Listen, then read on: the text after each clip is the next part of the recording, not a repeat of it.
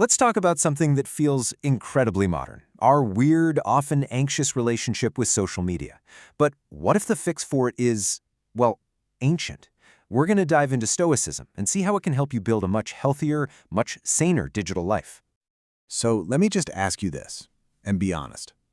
Do you ever open up an app for, just a quick look, and then 20 minutes later you close it feeling kind of worse, a little more anxious, a little more inadequate than when you started? Yeah? Why does that happen? And more importantly, what can we actually do about it? To find an answer, I want you to go back in time with me. Picture one of the most powerful people who ever lived. We're talking about a Roman emperor at the absolute height of the empire's power. His name was Marcus Aurelius.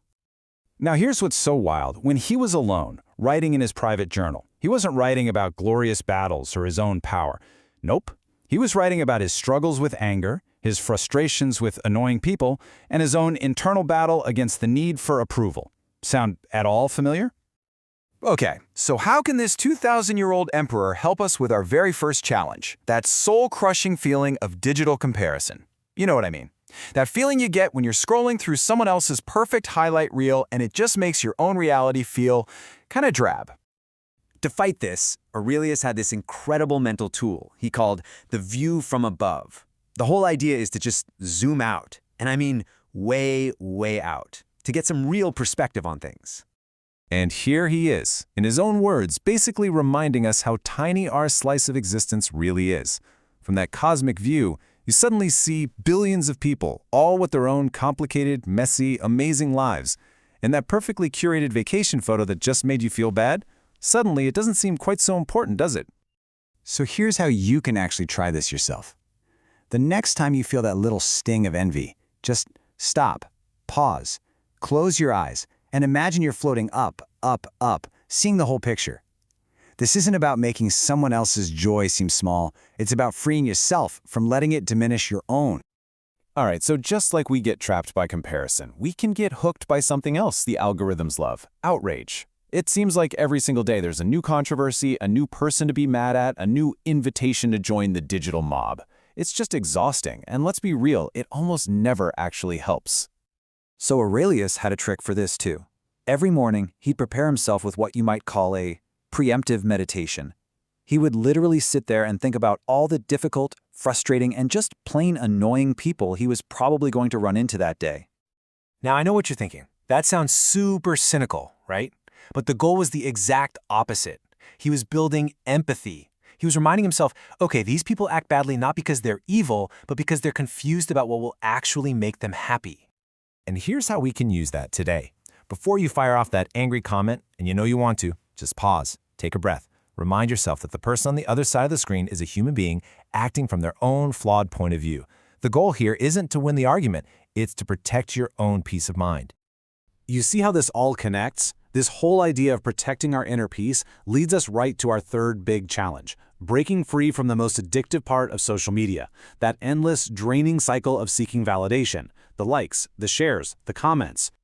Okay, this is absolutely central to Stoicism. They drew a hard line in the sand between things you can control and things you can't. And guess what? The entire reaction to your post, the likes, the algorithm, all of it is completely 100% outside of your control. So what is in your control? Your actions, your principles, the quality of your work. That's it. I love this quote because it just nails it.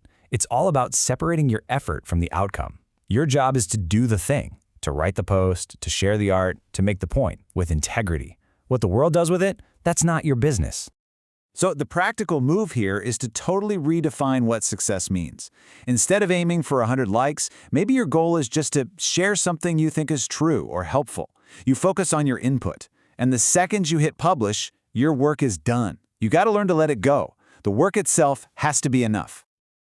So we've learned how to deal with comparison, how to sidestep outrage, how to stop chasing validation. And all of these tools bring us to the absolute core Stoic principle for our digital lives. This is the foundation that holds it all together. They argued that your inner world, your mind, is your most valuable possession. It's the only thing that's truly yours, and it needs to be protected. I mean, think about it. You wouldn't just let any random person walk into your house, right? So why do we let any random comment or algorithm just wander into our minds and mess things up? Another great Stoic, Epictetus, throws this challenge right at us. It's so powerful. Every single time we let a stranger's negative comment or a piece of outrage bait ruin our mood, we are literally handing over control of our most precious asset. And this, right here, is why this ancient wisdom is so urgent today. Because modern social media platforms are basically engineered to do exactly what the Stoics warned us about. They're designed to hijack your attention, to manipulate your emotions, and to colonize your mental space, all for profit. So the ultimate takeaway is this. Real control, real peace, isn't about perfectly curating your feed or winning arguments online. It's about building an inner fortress. It's about mastering the world within you so that the chaos of the world outside just can't get in. So, I'll just leave you with this final thought to chew on. You have total sovereignty over your own mind. You are its emperor. The only question is, who and what are you going to allow through the gates?